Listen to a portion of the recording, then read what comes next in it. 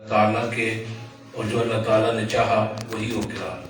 کوئی معبود نہیں سوائے اللہ تعالیٰ کے، اور جو اللہ تعالیٰ نے چاہا وہی ہو گرا. نہایتی واجب الاحترام لائق اس تقریر حضرات سامع محتشم، اللہ رب العزت کا بے پایہ فضل و کرم اور حضور سید عالم صلی اللہ تعالیٰ علیہ وسلم کی نظر رحمت خاص کہ مالک کریم نے ایک مرتبہ پھر مجھے اور آپ کو ماہ سیام کی خیر و برکت عطا فرمائی، اور رب کریم نے ایک مرتبہ پھر اس نشست میں مجھے اور آپ کو اکٹھے ہونے کا موقع عطا فرمایا. میرے احباب نے جس موضوع کا انتخاب کیا ہے، رب کریم نے یہ ایسا ایک موضوع ہے، اگر اس کو صرف باپ اور بیٹی کی محبت کے عنوان سے دیکھوں تو جداگانہ موضوع بنتا ہے، اور اگر کائنات کی رول ماڈل اور کائنات کی وہ ہستی خاتون کی حیثیت سے کہ جن کے نقوش پا امت کی بیٹیوں کے لیے راہ نجات ہے، آج کا عنوان سیدہ خاتون جنت رضی اللہ تعالیٰ عنہ کے حوالے سے ہے، اور پھر آج کی عورت کا نام سیدہ خاتون جنت رضی اللہ تعالیٰ عنہ کے ساتھ تعلق جو ہے اس کو دیکھنا ہے. حضور سید عالم صلی اللہ علیہ وسلم کی صاحبزادیوں میں سب سے چھوٹی صاحبزادی، اور پھر تاجدار کائنات صلی اللہ علیہ وسلم کی سب سے لاڈلی بیٹی، جن سے نور سید عالم صلی اللہ علیہ وسلم بے بہا محبت فرماتے ہیں. اس امت کی رہنما بیٹی، اس امت کے لیے ہدایت کا ایک ذریعہ بیٹی، وہ بیٹی جس کو میرے پروردگار نے جہنم سے بھی آزاد فرمایا، اور ان کو وہ منصب عطا فرمایا کہ جب ان کے نقشے پا پہ چلتی ہیں، رب کائنات ان خواتین کو بھی حشر کے میدان میں سرخرو فرماتا ہے. پہلی بات یہ کہ یہ 3 رمضان مبارک کل ہے، اور وہ چاند کے حوالے سے تھوڑا سا جب رد و بدل ہوتا ہے تو اس میں تاریخ ہوتی ہے. آج کل سوشل میڈیا پہ اگر آپ کچھ دیکھ رہے ہوں، پہلے ہمارے یہاں دستور تھا، ہمارے بزرگوں نے، بزرگان دین کے ایام وصال کا تذکرہ کیا ہے. ولادت کے دنوں کا تذکرہ کم ہوتا تھا، لیکن کچھ عرصے سے آپ کو اہل بیت اطہار کے حوالے سے ایام ولادت جو ہے وہ آپ کو مناتے ہوئے لوگ نظر آئیں گے. پھر ہمارے بھولے بھالے سنی بھی اس کا شکار ہوتے ہیں. امت کے بڑوں کے فیصلے بڑے فیصلے تھے، اور ان کے فیصلے یہ تھے کہ صحابہ علیہ رضوان اور اہل بیت اطہار کے ایام وصال امت نے منائے ہیں. ولادت کی تخصیص ایک ہی تھی اور ایک ہی تذکرہ ہوتا تھا، اور وہ تاجدار کائنات صلی اللہ علیہ وسلم کی ولادت کے دن منایا جاتا تھا. پھر آپ نے دیکھا کہ لوگوں نے مختلف یوم جو ہے وہ سوشل میڈیا پہ ڈالنے شروع کیے. پہلی بات یہ ذہن میں رکھیں کہ جملہ صحابہ علیہ رضوان اور اہل بیت اطہار، ان کے ایام وصال کی کوئی ایک تاریخ کسی جگہ نہیں ملتی. حتیٰ کہ تاجدار کائنات صلی اللہ علیہ وسلم کی ولادت کی تاریخ جب ہم دیکھتے ہیں تو ہم 12 کو مناتے ہیں، بعض کہتے ہیں 9 کو ہے، بعض کہتے ہیں 17 کو ہے. حالانکہ معاملہ نہ 9 کا ہے نہ 17 کا ہے. ہم کہتے ہیں کہ اگر کسی کو 9 کا اتفاق ہے کہ 9 کو حضور کی ولادت مبارکہ دی، تو پھر وہ 9 کو حضور کا میلاد منا کر دکھا دیں. اگر کسی کو 17 کا گمان ہے تو 17 کو منا کر دکھائیں. یہ بہام لوگوں کے ذہنوں میں ڈالے جا رہے ہیں، لوگوں کے ذہنوں کو الجھایا جا رہا ہے. اور قرآن کہتا ہے اس بارے میں کہ اللہ یوسوس فی صدور الناس من الجنۃ والناس، ان کا کام کیا ہے؟ یہ لوگوں کے ذہنوں میں وسوسے ڈالتے ہیں، اور یہ جنوں میں بھی ہیں اور انسانوں میں بھی ہیں. یہ شیاطین کے گروہ ذہنوں میں الجھنے ڈالتا ہے. اب میں نے کہا کہ ولادت کے حوالے سے اگر کوئی نہیں مناتا تو کہیں گے اہل بیت اطہار سے شاید اہل سنت کی محبت کو کم ہے. حالانکہ اہل بیت اطہار سے حقیقی محبت رب کائنات نے شرف صرف اہل سنت کو عطا فرمایا. باقی جگہ آپ کو دعوے دکھائی دیں گے. محبت کا وہ اسلوب جو ہمارے بڑوں نے، ہمارے اسلاف نے دیا ہے، اس سے بہتر کوئی رستہ آپ کو دکھائی نہیں دے گا. تو سیدہ خاتون جنت رضی اللہ عنہ کا یوم وصال جو ہے یہ 3 رمضان مبارک ہے. اور کچھ مہینے پہلے، مہینے یا 2 مہینے پہلے ہم نے سوشل میڈیا پہ دیکھا کہ شہادت سیدہ خاتون جنت رضی اللہ تعالیٰ، اور اس پر ایک الزام کہ جناب کی شہادت کیسے ہوئی؟ صحابہ علیہ رضوان کی علیہ باللہ کہ وہ ظلم و ستم کی وجہ سے جناب سیدہ کی شہادت ہوئی. حضور سید عالم صلی اللہ علیہ وسلم کی لفظ ذکر سے، حضور کے اہل بیت سے، صحابہ کرام علیہ رضوان کو جو محبتیں تھیں، اور جو محبت صحابہ علیہ رضوان کو جو اہل بیت اطہار سے صحابہ علیہ رضوان نے کی ہے، اس کی تو نظیر و مثال نہیں ملتی. حضرت عمر رضی اللہ تعالیٰ عنہ فرماتے ہیں کہ تاجدار کائنات صلی اللہ علیہ وسلم کے وصال کے بعد میں جس کا سب سے زیادہ احترام کرتا ہوں اور جس ہستی سے سب سے زیادہ پیار کرتا ہوں وہ سیدہ خاتون جنت رضی اللہ تعالیٰ عنہ کی ذات طیبہ ہے. اور پھر احترام کا یہ رشتہ، میں نے کہا کہ ازواج مطہرات کائنات کے سب سے بڑے سچے باپ کی سچی بیٹی سیدہ طیبہ طاہرہ عالمہ فاضلہ حضرت ام المومنین حضرت عائشہ صدیقہ رضی اللہ تعالیٰ عنہ، آپ سے کسی نے پوچھا کہ تاجدار کائنات صلی اللہ علیہ وسلم سب سے زیادہ محبت کس سے فرماتے تھے؟ جناب سیدہ رضی اللہ تعالیٰ عنہ نے بغیر کسی تردد کی جملہ ارشاد فرمایا، آپ نے فرمایا کہ سیدہ فاطمہ الزہرا رضی اللہ تعالیٰ عنہ، تو جن سے میں نے کہا سچے باپ کی سچی بیٹی تھی، اس کی برملا اس کا اظہار کیا کہ محبوب کونین صلی اللہ علیہ وسلم سب سے زیادہ محبت کس سے کی ہے؟ سیدہ خاتون جنت رضی اللہ تعالیٰ عنہ سے۔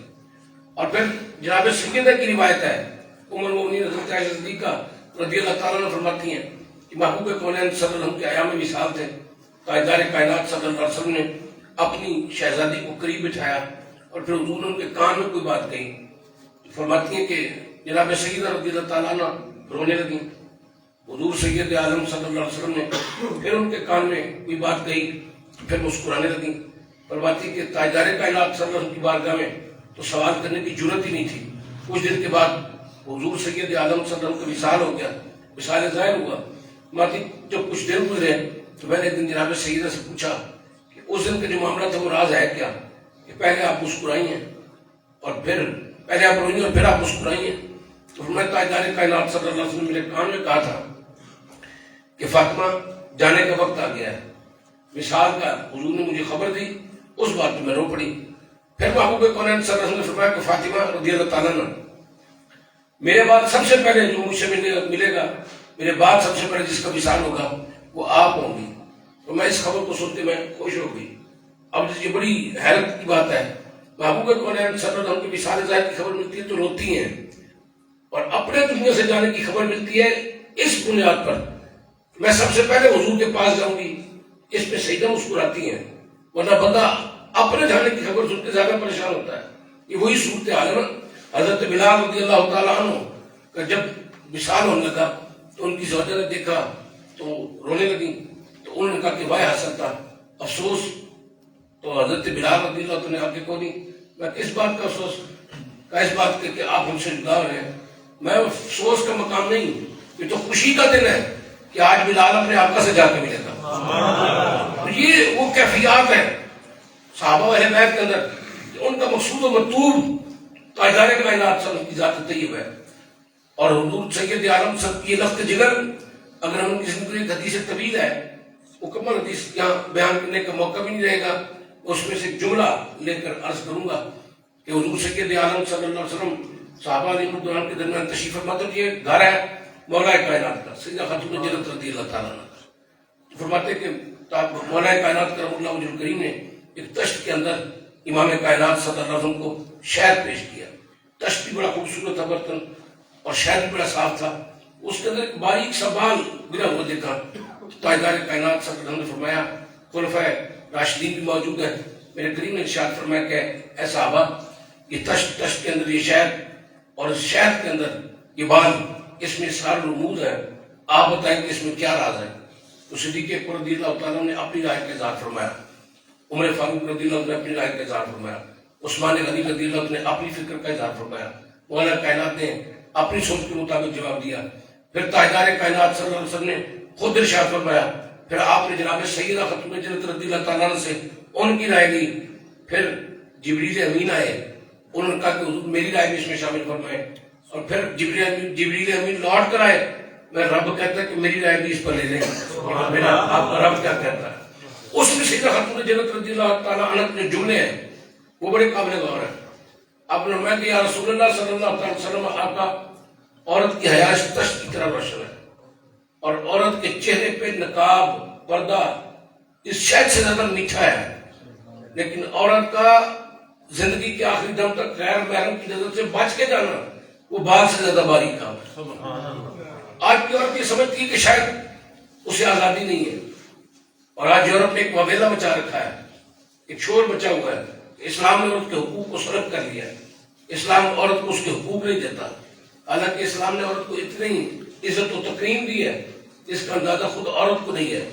وہ معاشرہ جہاں بچی کا باپ ہونا ایک گالی تھی، جہاں بچیوں کو زندہ دفن کیا جاتا تھا، جہاں پر بوڑھے ماں باپ کو منڈیوں میں بیچا جاتا تھا، اس معاشرے کے اندر حضور سید عالم صلی اللہ علیہ وسلم کا جملہ ارشاد فرمانا کہ الفاطمہ بدۃ منی، کہ فاطمہ میرے جگر کا ٹکڑا ہے، یہ کوئی چھوٹا جملہ نہیں ہے، یہ معاشرے کی ریت روایت کو چیلنج ہے۔ تاجدار کائنات صدر کھڑے ہو جاتے ہیں بیٹی کے آنے پر اور قریب بٹھاتے ہیں، تو اس معاشرے کو یہ پیغام تھا کہ بیٹیاں ذلت کا سبب نہیں ہوتی، بیٹیاں تو تکریم کے لیے ہوتی ہیں۔ اور اس اسلام نے یہ بتایا ہے کہ عورت اگر ماں ہو تو بچوں کی جنت اس کے پاؤں تلے ہے، اور اگر اپنی بیٹی کی تربیت کرے تو تب باپ کی بھی جنت ہے۔ بھائی اگر عفت کا پہرا دے تو رب کریم ان پر بھی کرم فرماتا ہے کہ عزت اسلام نے دی ہے۔ اور میں نے کہا کہ اسلام نے اتنی عزت دی، اس کا اندازہ خود عورت کو نہیں۔ اسلام نے ہر اس چیز کو چھپایا ہے جو انتہائی عزت کی شے ہے۔ دنیا میں کتابیں بڑی تھیں، لیکن میرے پروردگار نے قرآن مجید کو جو جلدان کیے نا شریعت مطہرہ نے، تو قرآن مجید کو جو جلدان میں لپیٹ کے رکھتے ہیں، اس بات کا پیغام ہے کہ دنیا کی ساری کتابیں ہوں گی ایک سے بڑھ کر ایک، لیکن قرآن مجید جیسی کوئی دوسری کتاب نہیں ہے۔ یہ اس کی تکریم ہے کہ اسے کپڑوں میں لپیٹ کے رکھا جاتا ہے۔ پھر دنیا میں عمارتیں بڑی تھیں، لیکن کعبۃ اللہ کا غلاف اس بات کا اعلان ہے، اس دنیا میں کعبۃ اللہ جیسی کوئی دوسری عمارت نہیں ہے۔ قرآن مجید کے بعد اور کعبۃ اللہ کے بعد اسلام نے جسے چھپنے کا حکم دیا اس کا نام عورت ہے۔ اسلام نے اسے یہ عزت دی ہے کہ قرآن مجید کے بعد اور کعبۃ اللہ کے بعد جس کو پردہ دیا گیا اسے عورت کہتے ہیں۔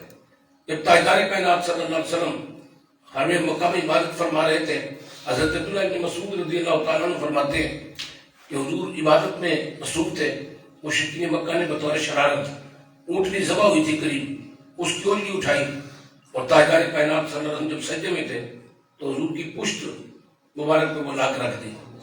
بات ہے کہ اس وقت بھی محبین تو تھے لیکن کھول کر کفار کے سامنے نہیں آتے تھے۔ حضرت عبداللہ ابن مسعود رضی اللہ عنہ فرماتے ہیں اب وقت وہ ہے کہ جب سیدہ حضرت خدیجہ کبریٰ رضی اللہ تعالیٰ عنہ بھی وصال کر چکی ہیں اور جناب ابو طالب دنیا سے رخصت ہو چکے ہیں، تو فرماتے ہیں کہ کسی چاہنے والے نے دروازے پہ کھڑے ہو کے فرمایا کہ اے خاندان اہل بیت، تاجدار کائنات صلی اللہ علیہ وسلم کو حرم میں ستایا جا رہا ہے اور اونٹ کی اوجڑی ان کی پشت مبارک پر رکھ دی گئی ہے۔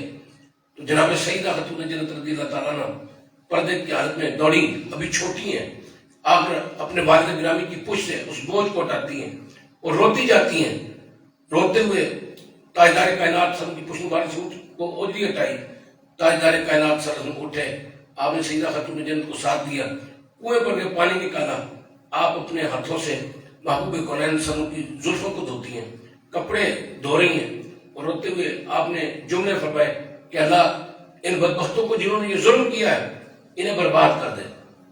اب ہستی وہ ہے جن کو رب کریم نے سارے جہانوں کے لیے رحمت بنا کر بھیجا ہے، رحمت للعالمین ہے۔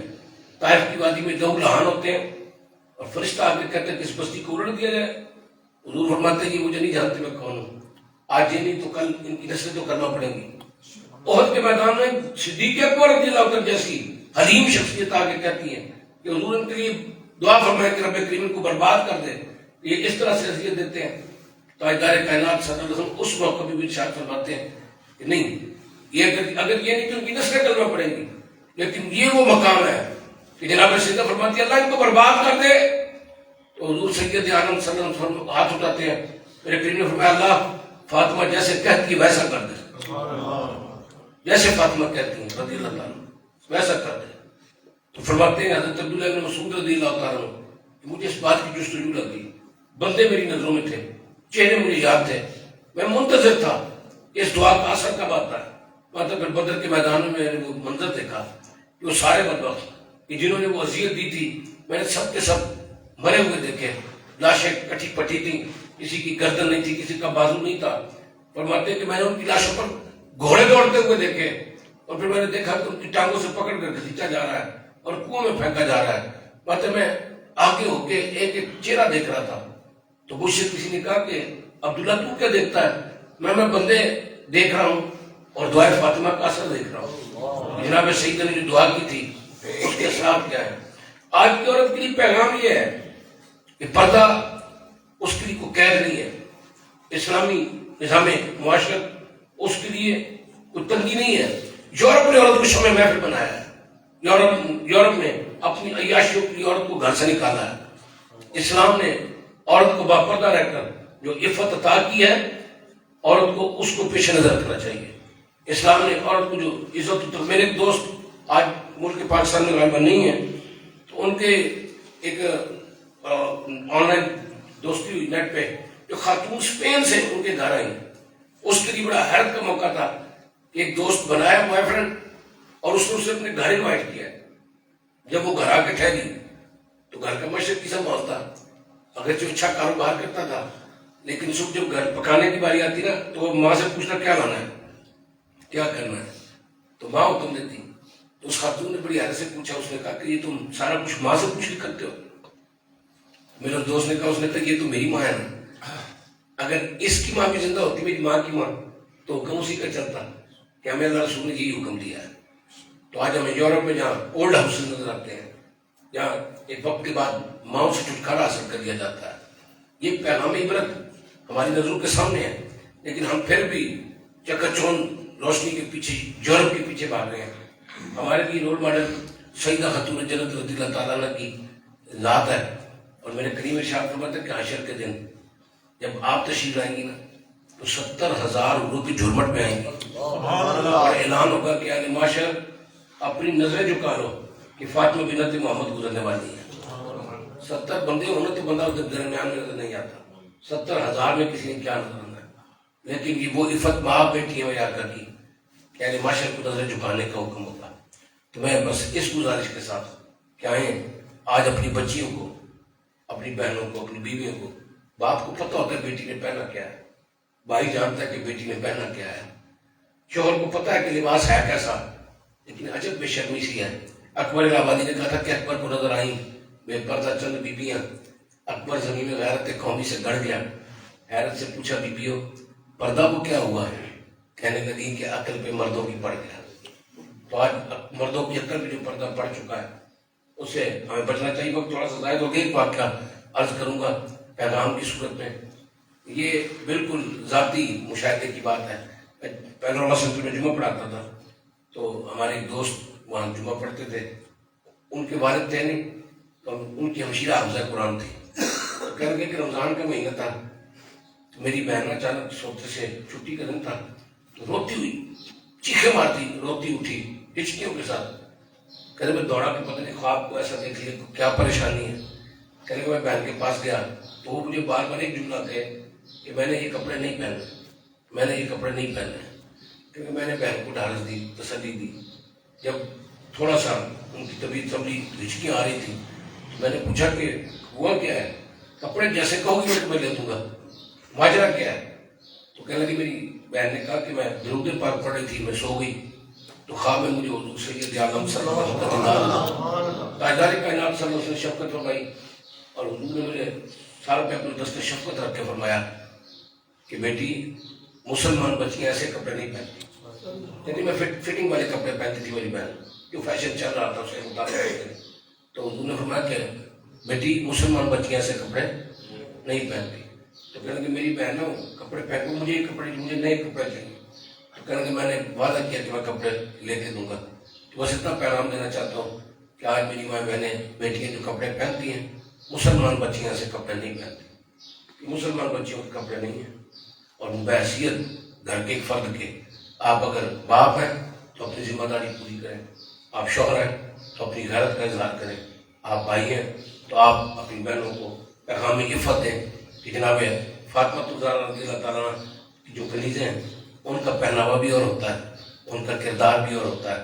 اللہ رب العزت سے دعا خالق کائنات حضور سید عالم صلی اللہ علیہ وسلم کے اہل بیت اطہار کا صدقہ ہمارے گھر کی بیٹیوں کو چادر حیات عطا فرمائے، غیرت نصیب فرمائے، اور ملت کو پھر سے صراط مستقیم پہ چلنے کی توفیق عطا فرمائے.